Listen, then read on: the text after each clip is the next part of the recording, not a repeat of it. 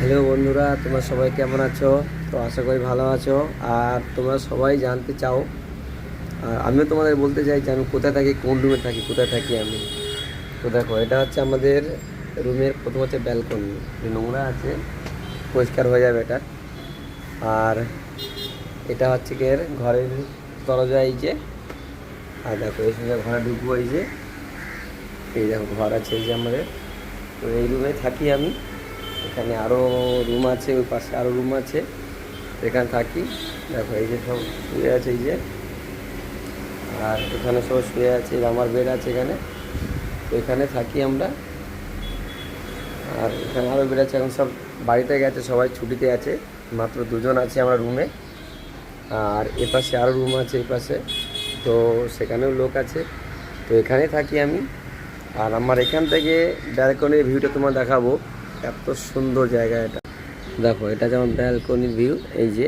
এই দেখো রাস্তা, নিজের রাস্তা আছে, এপাশেও রাস্তা। দেখো এই যে, দাঁড়াও এই পাশটা দেখাচ্ছি।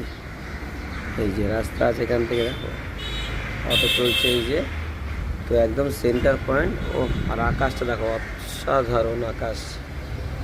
একটু বৃষ্টি হয়েছে, তো খুবই সুন্দর লাগছে, মানে এত সুন্দর লাগছে কি বলবো, দারুণ লাগছে।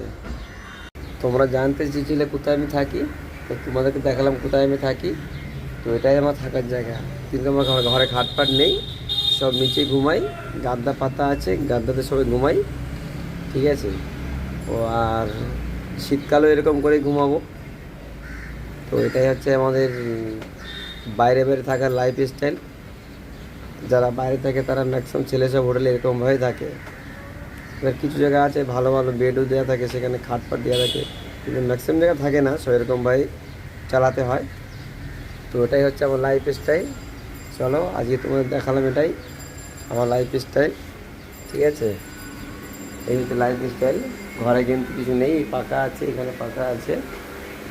এইবার বিদেশি মানে, বিদেশে থাকা মানে এই একটাই অসুবিধা, আর কষ্ট করতে হয়, অনেক কষ্ট করে পয়সা ইনকাম করতে হয়।